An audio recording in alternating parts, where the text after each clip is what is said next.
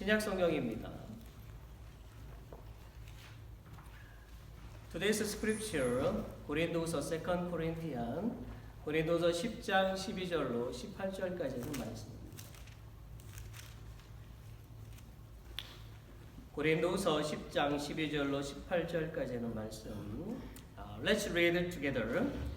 우리가 어떤 자기를 칭찬하는 자로 더불어 감히 짝하며 비교할 수 없노라. 그러나 저희가 자기로서 자기를 헤아리고 자기로서 자기를 비교하니 지혜가 없도다. 그러나 우리는 분량 밖의 자랑을 하지 않고 오직 하나님이 우리에게 분량으로 나눠주신 그 분량의 한계를 따라 하노니 온 너에게까지 이른 것이라. 우리가 너에게 미치지 못할 자로서 스스로 지나쳐 나아간 것이 아니요 그리스도의 복음으로 너에게까지 이른 것이라. 우리는 남의 수고를 가지고 분량밖에 자랑하는 것이 아니라 오직 너희 믿음이 더할수록 우리의 한계를 따라 너희 가운데서 더욱 위대해지기를 바라노라. 이는 남의 한계 안에 예비한 것으로 자랑하지 아니하고 너희 지경을 넘어 복음을 전하려 함이라. 자랑하는 자는 주 안에서 자랑할지니라. 옳다 인정함을 받는 자는 자기를 칭찬하는 자가 아니요 오직 주께서 칭찬하시는 자니라. 아멘. 사람들은 흔히 자기를 자랑하기를 좋아하지요. 어쩌면 자랑은 인간의 본성인 것 같습니다. 헬라인은 무엇을 자랑했을까요? 그들은 그들의 철학을 자랑했습니다. 로마인은 무엇을 자랑했을까요? 그들은 그들의 법을 자랑했습니다. 미국인들은 무엇을 자랑할까요? 그들은 그들의 부유함을 자랑합니다. 영국인들은 무엇을 자랑할까요? 그들은 그들의 신사도를 자랑합니다. 프랑스인들은 무엇을 자랑할까요? 그들은 그들의 예술을 자랑합니다. 일본인들은 무엇을 자랑할까요? 그들은 그들의 경제를 자랑합니다. 이스라엘인들은 무엇을 자랑할까요? 그들은 그들의 혈통과 선민 사상을 자랑합니다. 자, 그렇다면 한국인들은 무엇을 자랑할까요? 그들은 그들이 양반인 것을 자랑합니다. 그러다 보니까 한국 사람들은 모이기만 하면 조상이 누구인지 자랑하고 자기가 어느 가문의 사람인지 자랑하고 학벌을 자랑합니다. 이와 같이 사람들은요 모두 자신을 자랑하기에 급급한 것이 사실이에요. 그렇다면 성경은 자랑에 대해서 무엇을 말하고 있을까요? 잠언 27장 2절에 보니까 스스로를 자랑하지 말라고 했습니다. 오늘 우리가 읽은 성경 고린도서 10장에서는 바울이 자랑에 대해서 아주 짧고 명료하게 말하고 있지요. 17절을 보세요. 주 안에서 자랑하라. 여러분, 우리도 잘 알고 있듯이 바울은 그의 신분, 학벌, 가문, 그리고 믿음에 있어서 자랑할 것을 많이 가지고 있었던 사람입니다. 바울은 그 당시 로마가 세계에서 가장 강력한 힘을 가지고 있을 때에 로마의 시민권을 가지고 있었지요. 그리고 그는 히브리 민족의 혈통을 가지고 있었고 당시에 가장 훌륭한 스승으로부터 교육을 받았습니다. 또한 그는 예수님을 구원자로 영접한 후에는 복음의 사도가 되어서 온 유럽에 복음을 전하고 많은 교회를 세웠습니다. 그의 선교로 말미암아 미국이 하나님을 믿는 신앙으로 세워졌고 미국에서 전 세계로 파송한 선교사들을 통해서 한국을 비롯하여 온 세계에 복음이 전파되었습니다. 심지어 바울은 신약 성경 27권 중에서 13권을 기록하였고 그는 의학적으로 치료할 수 없는 병자들을 수없이 낫게 하는 능력도 지니고 있었습니다. 그래서 어떤 도시에서는 그를 신으로 섬기고자까지 했지요. 저는 바울과 같은 뛰어난 실력과 능력 그리고 겸손까지 겸비한 사람은 과거에나 현재 그리고 앞으로도 없을 것이라고 생각합니다. 만약 바울이 큰 교회를 세우려고 했다면 이 세상 그 어떤 교회보다도 더 크고 더 화려하게 지었을 것입니다. 실로 그는 실력과 능력과 훌륭한 인격을 충분하게 가지고 있었기 때문이지요. 그러나 정말 위대했던 바울은요, 빌립보서 3장 8절에 있는 대로 세상 것은 모두 배설물로 여겼으며 갈라디아서 6장 14절에 있는 대로 오직 예수 그리스도와 십자가만을 자랑했습니다. 정말 이 세상에 있는 모든 목회자, 선교사, 신학자 등등 믿음의 리더의 위치에 있는 사람들이 자기의 실력과 능력을 자랑하는 것을 멈추고 바울의 삶을 본받고 하나님을 두려워하고 겸손하게 살아가야 할 것입니다. 오늘 우리는 바울이 자랑에 대해서 무엇을 말하고 있는지 잘 배워서 자랑에 대한 올바른 자세로 살아가야 할 것입니다. 바울은 자랑에 대한 자기의 입장을 고린도 교회 성도들에게 말하기 전에 고린도 교회 성도들에게 다가와서 미혹하고 있는 거짓 사역자들을 폭로하고 있습니다. 우리는 이것을 먼저 알아야 할 필요가 있어요. 그 이유는 거짓 사역자들이 그들 스스로를 자랑하며 자신들이 참 사역자들이고 바울은 거짓 사도라고 모함하고 있기 때문입니다. 자, 첫째로 거짓 사역자들에 대해서 봅시다. 이들은요, 당시의 고린도 교회 안에 천거설을 가지고 왔고 황홀한 체험 등으로 자신들의 그런 사역을 돋보게 했던 거짓 사도들이었어요. 고린도서 3장 1절을 함께 읽어봅시다. 우리가 다시 자천하기를 시작하겠느냐? 우리가 어찌 어떤 사람처럼 천거설을 너희에게 붙이거나 혹 너희에게 맞거나 할 필요가 있느냐? 자, 여기에 보면 어떤 사람이 나오지요? 이들은 누구를 가리킬까요? 이들은 거짓 사도들로서 누가 보아도 현혹당하기 쉬운 그리고 찬사로 가득 찬 추천서를 소지하고 있었습니다. 그들은 바울과 아무런 상관없는 사람들로서 고린도에 와서 바울이 전한 것과 다른 복음을 전했어요. 그들은 하나님의 말씀을 변질시키는 자들이었습니다. 그들은 그리스도인이 된 후에도 모세의 율법을 엄격히 지키는 것이 구원에 이르는 근본이라고 믿었던 자들이었기에 바울이 전하는 믿음으로 구원받는 것에 대해서 못마땅해 했습니다. 여러분, 오늘날도 이런 목회자와 성도들이 있어요. 그들은 학벌이나 가문이 화려해 보이지만 성품에 문제가 있고 믿음에 문제가 있고 복음에 문제가 있어서 하나님의 영광을 나타내지 못하고 주님의 몸된 교회를 흔들어 쪼개기도 하고 다른 목회자 성도들의 마음을 상하게도 합니다. 그런 사람들은 회개하고 겸손해야 할 것입니다. 천거서는 무엇이며 거짓 사도들은 천거서를 가지고 무엇을 했나요? 천거서는 당시에 통용되던 일종의 소개장 또는 추천서를 말하는데요. 이것은 어떤 사람의 직분과 권한에 대한 위임장 또는 신임장 역할을 했습니다. 바울의 적대자들은요, 이 천거서를 가지고 있었지만 바울은 가지고 있지 않았어요. 그리하여 바울의 적대자들은요, 천거서가 없다는 이유로 바울은 거짓 사도라고 악선전하면서 돌아다녔던 것입니다.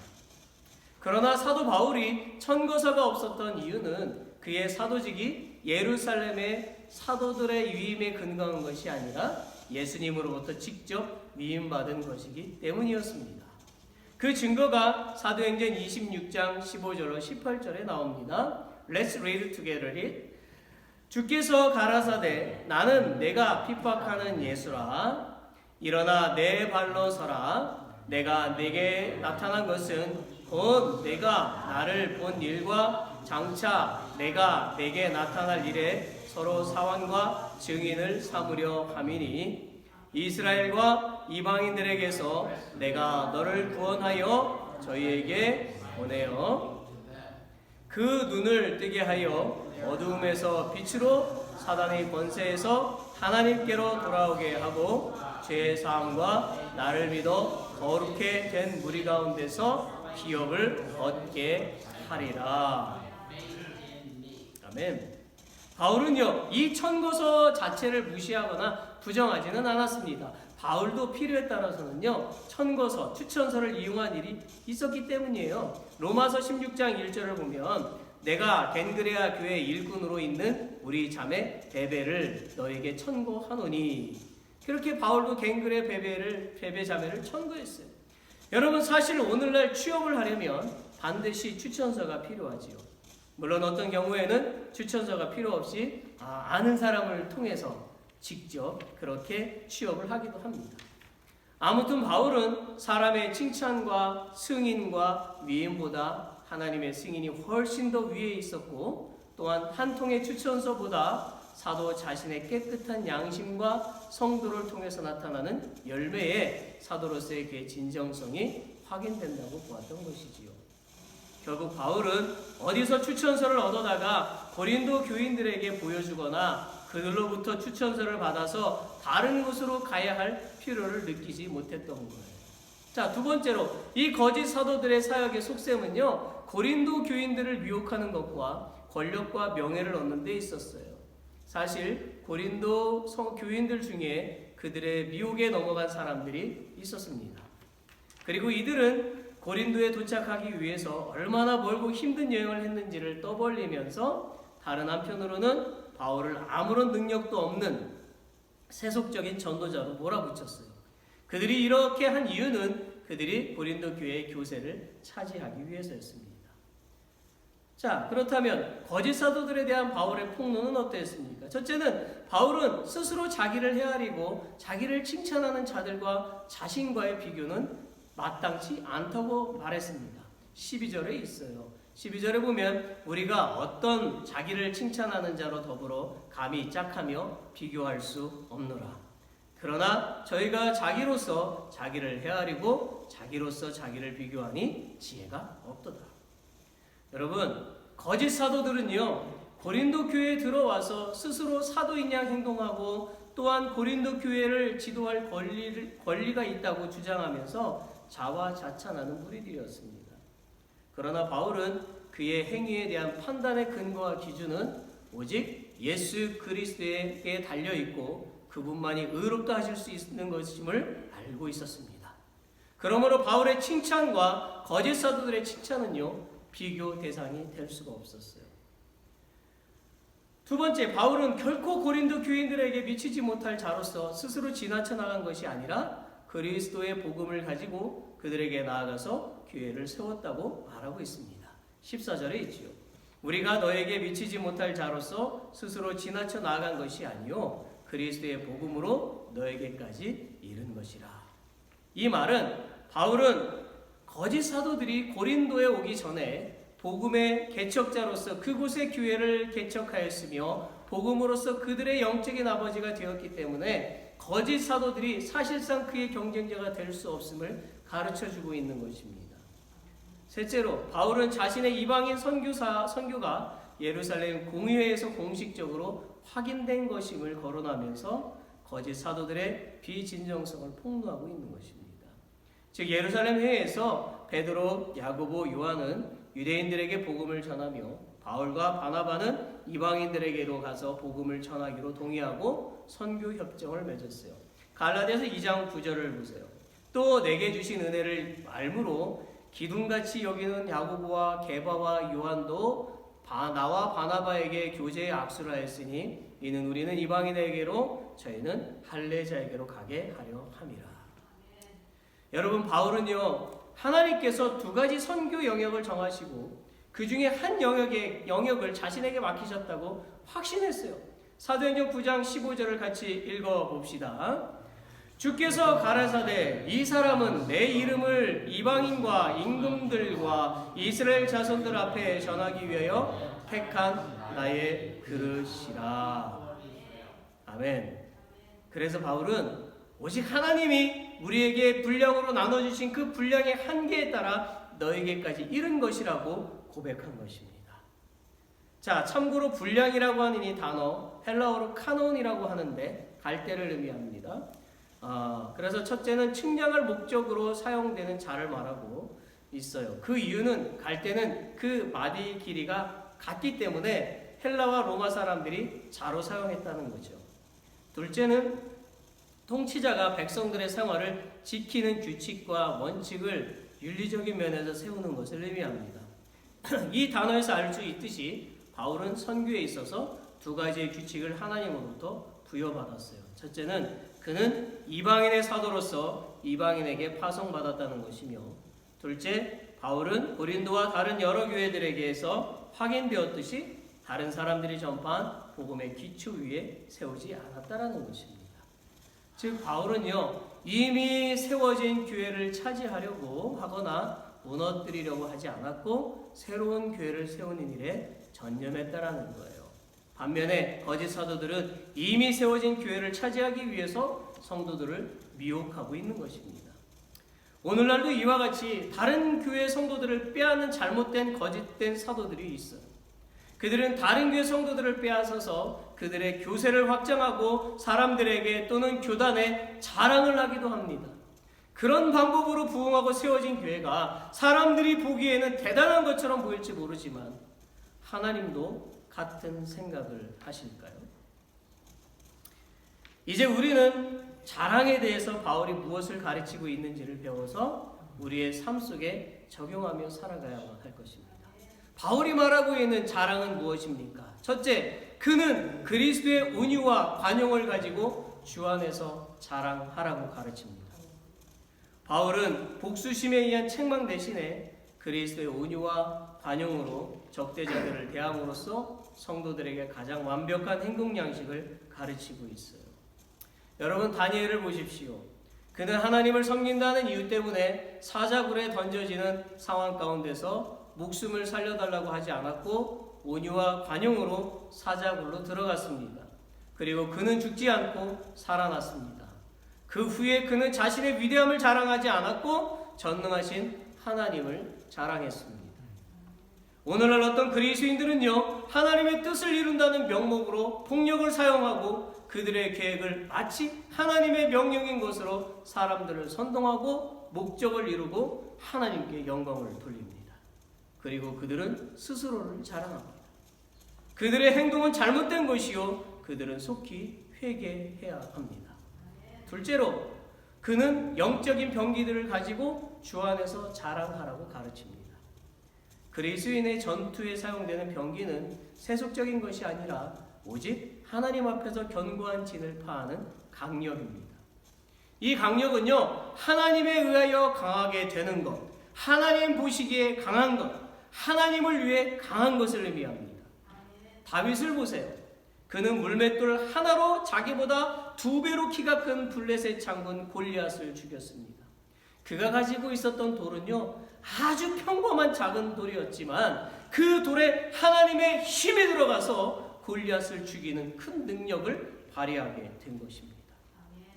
이와 같이 바울은 그리스도인은 인간의 재능과 능력으로 싸우는 것이 아니라 하나님에 의하여 그리고 하나님을 위한 초자연적 능력, 곧 진리, 말씀, 사랑, 의, 믿음으로 싸워야 한다고 가르치고 있는 거예요.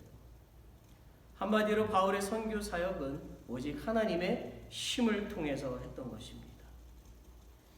우리와 함께하고 있는 빌 목사님과 아이비 사모님이 50년 동안 한결같이 대학생 선교 사역을 하실 수 있었던 것은 바로 하나님이 힘을 주셔서 가능하게 된 것입니다. 할렐루야.